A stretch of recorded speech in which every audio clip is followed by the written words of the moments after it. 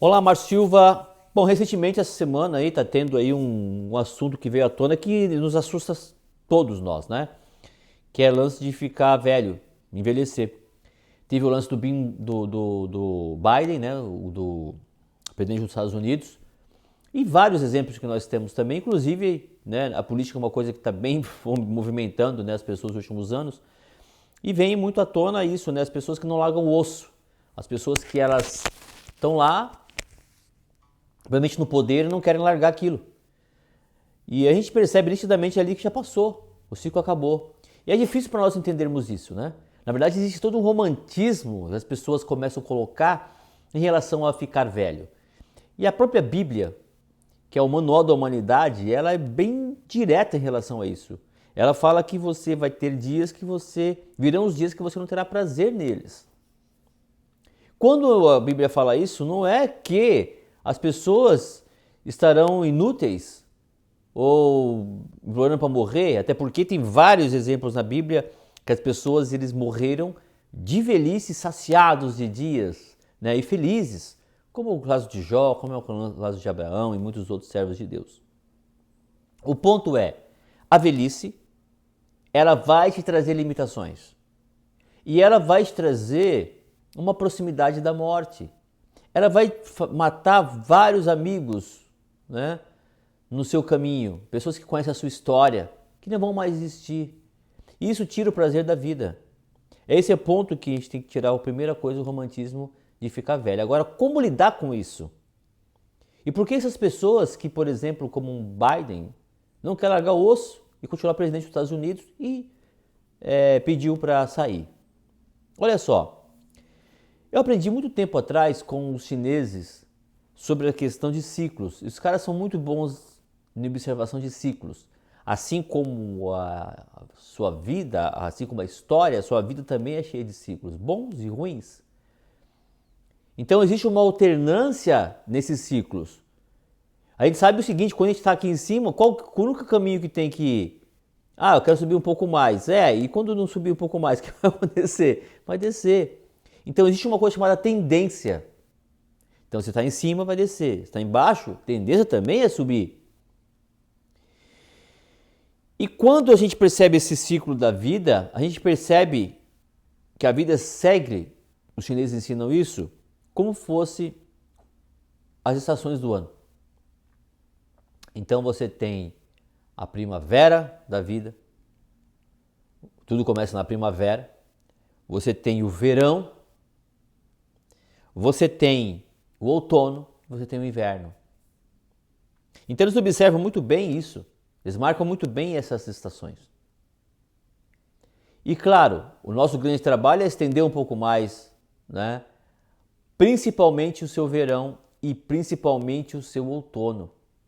Então nós, como somos seres humanos, nós não dependemos, né, apenas do ciclo, a gente pode fazer essa extensão. E aí, claro, é o modo como você leva a sua vida, tudo que nós aprendemos, né? O modo como se controla a sua ansiedade, o modo como você se alimenta, tudo isso está em jogo e vai fazer com que você aproveite muito bem isso. A primavera, ela é algo que não tem muito o que a gente mexer. Por quê? Porque ela é o começo da sua vida, você tem muita energia juvenil, você aprende muito com a primavera e você está florescendo, e vai chegar uma hora que você vai parar de florescer, né? Você tem que cair na real. E é pelos chineses, assim, antigamente até os 15 anos, 13, 15 anos, 14, 15 anos. Na nossa sociedade moderna, nós começamos a estender isso, só que começa a querer estender demais e começa a atrapalhar os outros ciclos. Por isso que você vai ver caras com 30 anos, morando com o pai e com a mamãe, não querendo construir família, virando um estorvo ali na sociedade, né? Até os nenéns, que não trabalham nem estudam. Então são deturpações da sociedade, né? Então vamos falar de um ciclo de uma sociedade normal, funcional. Então você não consegue muito matar a sua primavera. E aí você tem que respeitar o ciclo da primavera. Quando entrar no verão, aí você tem que aproveitar muito aquele verão. Se você teve uma primavera boa, você vai aproveitar bem o verão. Por isso que você vai ver que pessoas que têm um grande resultado jovem na vida, porque eles tiveram na primavera, né, na infância, principalmente na adolescência, eles estavam estudando, eles estavam focados em algumas coisas legais da vida e tiveram uma boa formação, às vezes bons tutores, bons mentores, e o cara rapidamente ele consegue grandes coisas na vida dele, muito jovem, né? A gente tem que ver de baixo. E por que pessoas começam a patinar muito? Porque cai na real depois de muito tempo. Porque o homem, por exemplo, ele tem a tendência de amadurecer com 42 anos de idade. E antes era 30, né? 30 e pouco. Ele começa a ter uma noção boa da vida. Ele tem que ir para o embate mesmo. Agora, com 42 ele é uma pessoa madura, ele entende muito sobre a vida, é um chamado ancião. Por isso que muitas pessoas antigamente com 40, 42 anos eram considerados sábios em muitos lugares do mundo. Porque é uma idade que você, de fato, você deveria ganhar a sabedoria. E muitas pessoas estão começando a viver ali. Então percebe que a nossa vida está muito louca quando você não tem instruções, quando você não tem bons tutores e você atropela. Eu sou próprio vítima disso, né? Não é vítima no sentido de, é vitimismo. Não, é que, cara, é as circunstâncias da vida e assim, a grande maioria das pessoas são assim. Ou por deixar levar, ou por não ter uma pessoa para te orientar e você vai atropelando. E então muitas pessoas caem nessa, depois de um tempo começa a amadurecer. Legal. Agora nós estamos falando desses ciclos da vida para você entender como é importante você se preparar para a velhice. Então quando eles chegam no outono, o que eles fazem? Eles começam a preparar sucessores. Eles começam a querer saber que eles têm que deixar o seu legado. E aí começam a investir na próxima geração. Começa a passar o bastão. E aí é que muitas pessoas erram. Porque dentro de nós temos o senso de eternidade. É até natural isso. Nós sabemos que vai morrer, mas nós temos na nossa mente a ideia que vamos viver para sempre, não é?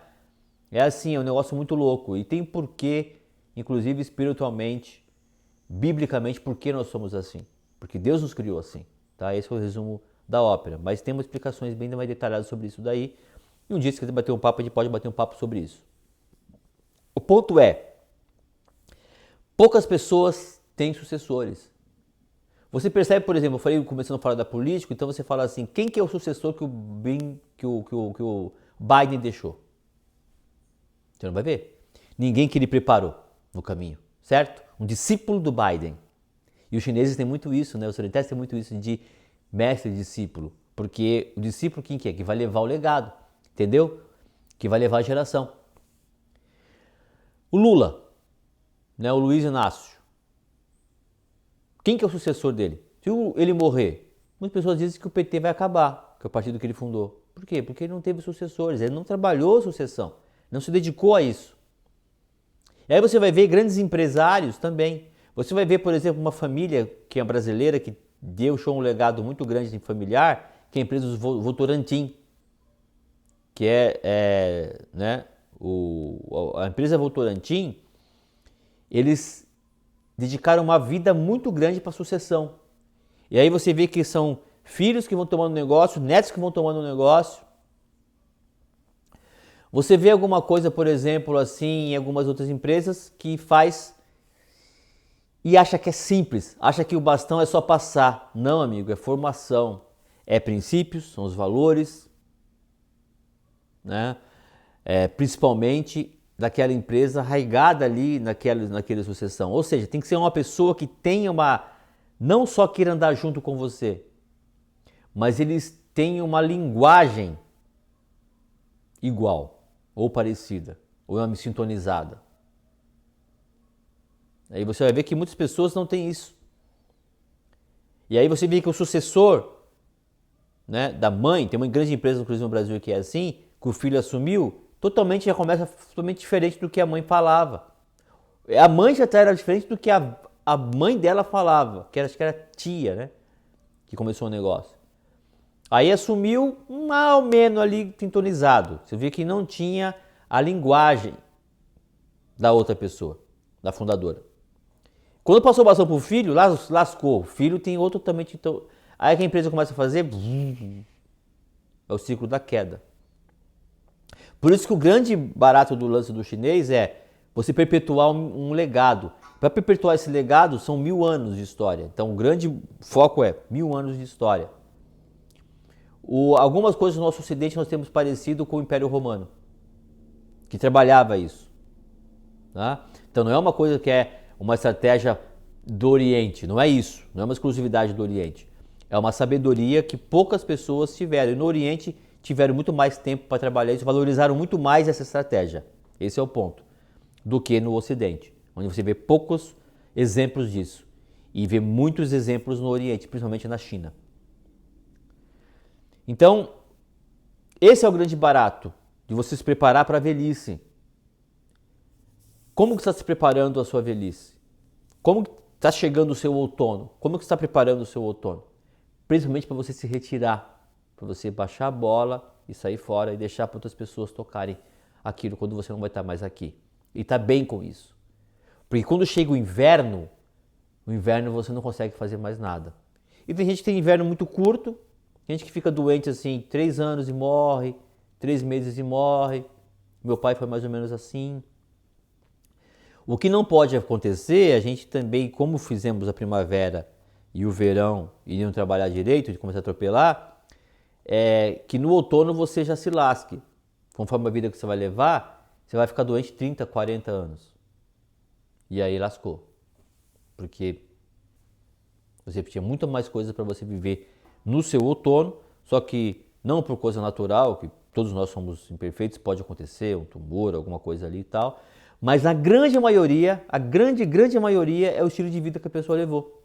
E aí ela destruiu ali a sua vida e estendeu muito o inverno e morreu mal. Então a tendência é que o inverno seja mais curto na sua vida, mas vai vir os dias que você vai falar assim, não tenho prazer neles, mas você já está um pouco em paz porque você sabe que você, no seu outono, você passou o seu legado e pessoas levarão aquilo que você tem que fazer.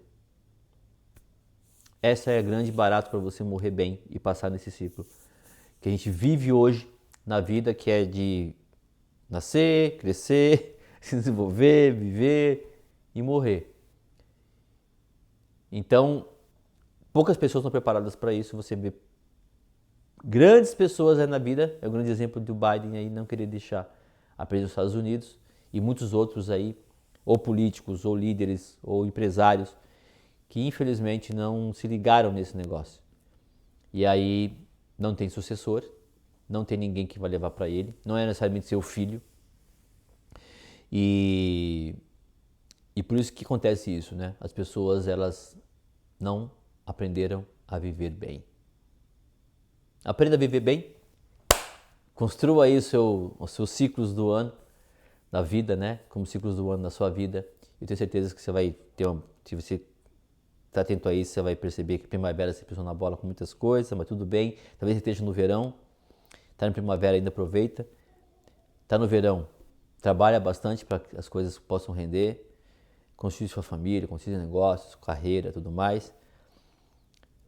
Trabalha bem seu outono, você vai curtir ainda bastante coisa do outono e principalmente preparar pessoas que são sucessores, e quando chegar o inverno você vai estar com a sensação de dever cumprido. Essa é a grande ideia. Beleza? Um grande abraço, Vera Belo Mar Silva.